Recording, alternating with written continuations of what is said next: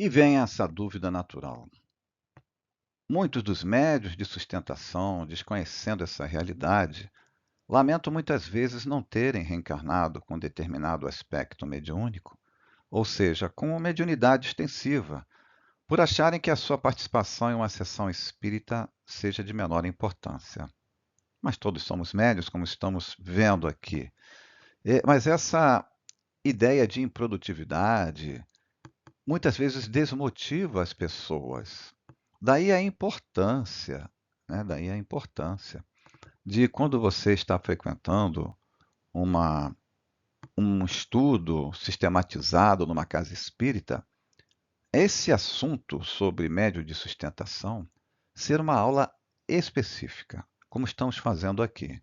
Há muito o que se falar e comprovar, porque se você coloca esse assunto junto com outros, aí é abordado normalmente de maneira superficial e a pessoa fica com essa ideia reforçada de que eu sou apenas mais um, eu não vou lá ter esse compromisso de toda semana participar de um trabalho, porque eu não ajudo em nada, ficar orando lá não vai adiantar em nada. E não é nada disso. Não é nada disso. Ainda tem outro aspecto. A mediunidade pode eclodir em qualquer um, a qualquer tempo, até mesmo em médiuns já atuantes, nos quais pode aparecer uma nova mediunidade. Mas isso não significa que a sustentação seja uma atividade meio exercida enquanto a mediunidade não aparece. Colocando os dois assuntos em convergência aqui, a mediunidade ela surge conforme um planejamento reencarnatório. Para uns é muito cedo, para outros é mais tarde, até com a idade avançada, porque há um planejamento e uma finalidade para isso ocorrer. E então, muitas vezes, busca-se nesse planejamento, conforme a literatura espírita explica, que o médium desenvolva uma série de atributos, paciência, perseverança, etc., né? Não vá atrás do fenômeno, ou até mesmo por ter fracassado com o uso da mediunidade em outra existência, agora está se fortalecendo para ele exercê-la com êxito. Então, a tua permanência, apesar disso ser uma possibilidade, a sua permanência no grupo mediúnico não pode ter essa finalidade. Eu vou ficar lá porque um dia eu posso ser médium ostensivo. Não pode ter esse pensamento. Tem que ser útil, como veremos aqui. Vamos relembrar essa figura, vista em outras aulas, que é a distribuição das pessoas numa mesa mediúnica. Né? Vejam o intervalo, relembrando aqui, o médium de sustentação e médium ostensivo. O amarelo são os ostensivos, sejam eles de psicofonia, sejam de psicografia, tá? E intercalado. Há uma finalidade para isso. Nós vamos ver, comentamos isso em aula passada, vamos comentar mais um pouco hoje, até irmos para aquela aula que eu me referi, que vai ser específica sobre esse assunto. Mas vejam só, aquela disposição ao redor da mesa visa criar uma corrente magnética, uma corrente energética pelo pensamento e pelas emoções elevadas de todos os integrantes do grupo. Aí aqui as figuras mostram, né, de forma artística, uma corrente mental, simulando uma corrente mental ali em movimento, e a alternância médio ostensivo, médio de sustentação, médio ostensivo, médio de sustentação, mas a obrigação de manter a sustentação vibratória da reunião é dever de todos. O médium ostensivo, ele vai estar preocupado em concentrar-se, entrar em transe para ser instrumento da comunicação, do intercâmbio espiritual, enquanto o médium de sustentação terá outras finalidades. Então, onde que eu quero chegar? Que o médium ostensivo, ele vai estar participando mais intensamente, vamos dizer assim, da sustentação vibratória quando ele estiver se recuperando ou quando não estiver dando comunicação, né? Tiver acabado as suas comunicações na noite. Ou em algum momento em que o dirigente do grupo, pela falta de dialogadores, ele diz: agora os médiuns de ostensivos aguardem até terminar essa comunicação aqui e a gente libera os demais. E Sobre esse aspecto, vamos voltar novamente a Kardec no Livro dos Médiuns, que ele nos lembra: uma reunião é um ser coletivo cujas finalidades e propriedades são a resultante, o somatório das de seus membros e formam como um feixe. Ora, este feixe tanto mais força terá quanto mais homogêneo for. Desde que o espírito é de certo modo atingido pelo pensamento, como nós somos pela voz, 20 pessoas unindo-se com a mesma intenção terão necessariamente mais força do que uma só. Mas a fim de que todos esses pensamentos concorram para o mesmo fim, para a mesma finalidade, preciso é que vibrem em uníssono, que se confundam, por assim dizer, em um só, o que não pode dar-se sem a concentração. Então vocês vejam, como a gente tem conversado nas aulas, a necessidade da formação, do estudo, da preparação, da capacitação para trabalhar num grupo mediúnico, né? Vibrando da mesma maneira, com a mesma finalidade, fazer o bem, ser fraterno, fazer parte do socorro aos espíritos desencarnados. Uma homogeneidade de propósitos que vai gerar, consequentemente, uma homogeneidade de pensamentos.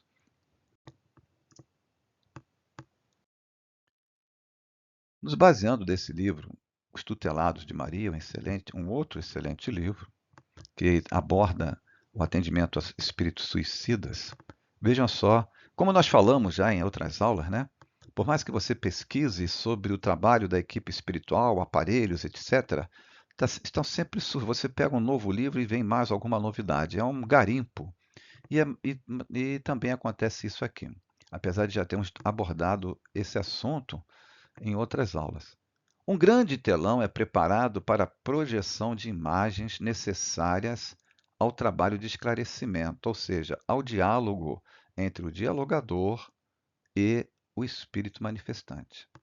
A equipagem usada no decorrer de toda a reunião é impossível de ser descrita tendo em vista os inúmeros detalhes. Por que é impossível? Porque ela tem um elevado nível de tecnologia que às vezes é até difícil ou impossível mesmo de descrever. No livro Lírios da nossa irmã Sudufo, ela explica que a espiritualidade elevada está 500 anos à nossa frente. É muita coisa, né?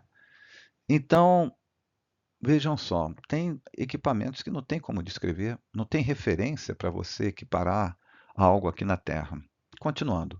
Quando o grupo entra em sala, primeiramente a equipe espiritual trabalha os médios de sustentação. Vejam só, por serem eles o sustentáculo da reunião, cujas luzes, termo usado no sentido de vibrações, não poderão se apagar, sob pena de prejudicar a realização do trabalho. Eu me referi anteriormente, lembra-se, sobre a corrente fluídica, que os médios ostensivos estão voltados para dar a comunicação. E aqui está a comprovação daquilo que eu falei. Os médios de sustentação são os sustentáculos da reunião, cujas luzes não poderão se apagar sob pena de prejudicar a realização do trabalho. Continuando. No entanto, inicialmente, com exceção dos médiuns psicofônicos, os demais também atuam como sustentadores do fluidos. Quem são os demais, além dos psicofônicos? Os dialogadores que não estão dialogando, o dirigente que não estiver fazendo mais nada, só cuidando da reunião, e os de sustentação. Isso no início, logo no início da chegada à sala, na preparação. E por último, os sustentadores iniciam a doação de energias, mentalizando quadros de auxílio e doação. Isso é uma concentração ativa que falaremos a seguir. Um coletor de vibrações é acionado antes que a primeira comunicação tenha início. Trata-se de um suprimento que será usado ao final do trabalho para reposição de energias. Falamos isso numa das aulas anteriores. E aqui nós vamos até repetir aqui algumas colocações que é para reforçar bem essa importância do médium de sustentação. Do livro Missionários da Luz, no capítulo 17, tiramos o seguinte: vários ajudantes de serviço recolhiam as forças mentais emitidas pelos irmãos presentes. recolhiam as forças mentais, as doações energéticas.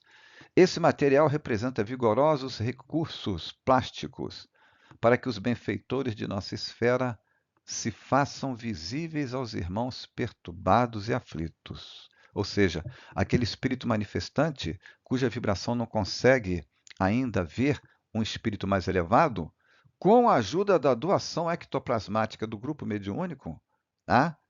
Eles se tornam visíveis. Aos irmãos perturbados e aflitos, ou para que os benfeitores materializem provisoriamente certas imagens ou quadros indispensáveis ao reavivamento da emotividade e da confiança das almas infelizes. Há muito conteúdo nessa pequena frase. Então vocês vejam o uso de imagens que é muito comum, né? A tela ectoplasmática, o trabalho do dialogador, que é inspirado pelos benfeitores, visam, no diálogo, reavivar a emoção, as boas emoções, muitas vezes em conflito com o espírito que está se comunicando, né? Ou até colocadas no fundo do seu ser porque já sofreram muito. Continuando, com os raios e energias de variada expressão, emitidos pelo homem encarnado, podemos formar certos serviços de importância para todos aqueles que se encontrem presos ao padrão vibratório do homem comum, aqueles espíritos mais materializados, não obstante permanecerem distantes do corpo físico. Em todos os serviços, o material plástico, né, o ectoplasma, recolhido das emanações dos colaboradores encarnados, satisfez eficientemente. Ele está falando sobre uma reunião que estava em curso. Não era mobilizado apenas pelos amigos de mais nobre condição que necessitavam fazer-se visíveis aos comunicantes. Era empregado também na fabricação momentânea de quadros transitórios, de ideias-formas, que agiam beneficamente sobre o ânimo dos infelizes em luta consigo mesmo.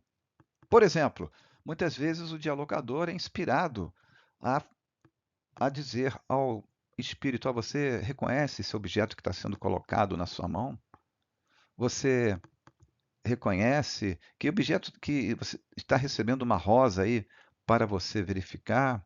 Então, tudo isso é fabricado, mentalizado, há uma convergência, o dialogador é inspirado para que ele diga isso ao espírito manifestante e a imagem, então, é produzida graças à doação energética.